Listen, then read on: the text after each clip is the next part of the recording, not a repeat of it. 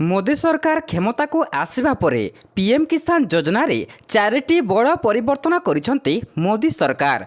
तेबे से चार गोटी कौन परिवर्तन करिसेंती चलंतु आमे एह वीडियो रे जानिबा जाकी चासी भाई माने न जानिले हातरु चली जिवो टंका बोली से कहिसेंती। तेबे चलंतु आमे जानिबा ता पूर्वरु आम चैनल को न आसीथिले चैनल को सब्सक्राइब करके पाखर आसुथिबा बेल आइकन को दबाई दियंतु। तेबे आपण भी देखि पारुथिबे दर्शक बंधु आजिकाली प्रधानमंत्री किसान सम्मान निधि रे समस्त हिताधिकारी 17तम किस्ती पाई अपेक्षा करिसेंती। किंतु आपण जानिछंती कि प्रधानमंत्री किसान सम्मान निधि रे सरकार चारिटी बड़ परिवर्तन करिसेंती।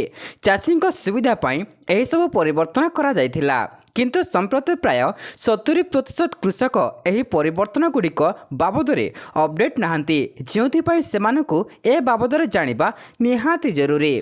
तेबे हिताधिकारी स्टाटस को नहीं प्रधानमंत्री किसान सम्मान निधि रे प्रथम परिवर्तन करा जायछि। वर्तमान हिताधिकारी माने केवल स्टाटस माध्यम रे संपूर्ण सूचना पाई परिबे।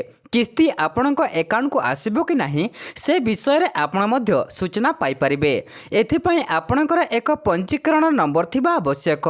पोर्टाल रे आधार नंबर एवं मोबाइल नंबर प्रवेश करी आपण हिताधिकारी स्टाटस माध्यम रे आपणकर संपूर्ण विवरणी देखि परिबे। स्थिति देखिबाको पंजीकरण नंबर प्रवेश करिवे एवं कैप्चा कोड पूरण करिवे।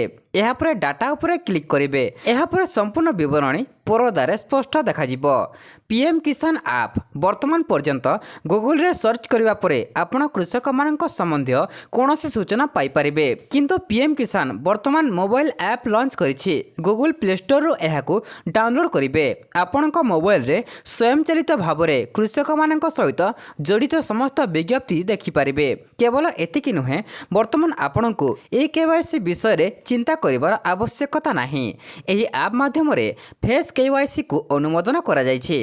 ऐप खोलिबा द्वारा संपृक्त चाषी को तांको चेहरा स्कैन करबा को पड़िबो। एहा पर संपृक्त चाषी को ई केवाईसी स्वयंचालित भाव रे विचार करा जिवो। तापर संशोधन प्रक्रिया अनुमोदन पूर्वर पंजीकरण परे भूल को संशोधन करने अत्यंत कष्टकर थिला किंतु वर्तमान ताहा नुहे। पोर्टाल रे परिदर्शन करी आपण सहजरे आपणकर नाम किंबा अन्य संशोधन करि पारिबे। नाम संशोधन करने पंजीकरण नंबर एवं कैप्चा कोड प्रवेश करिवे एवं परवर्ती पृष्ठ रे प्रदत्त स्थान रे आधार कार्ड रे लेखा जायथिबा नाम प्रवेश करिवे। तापरे एहा व्यतीत भूलेक जांच करिबा मध्य अति सहज होईछि। चाषीक विलंबिता को दृष्टि रखी एही समस्त सुविधा करा जायछि कारण वर्तमान पर्यंत कोटि कोटि कृषक अछंती जो माने ई केवाईसी करि नाहंती सेमानक पई सुवर्ण सुजोग अछि। तेबे दर्शक बंधु एमिति अपडेट पई आम चैनल को सब्सक्राइब करंतु।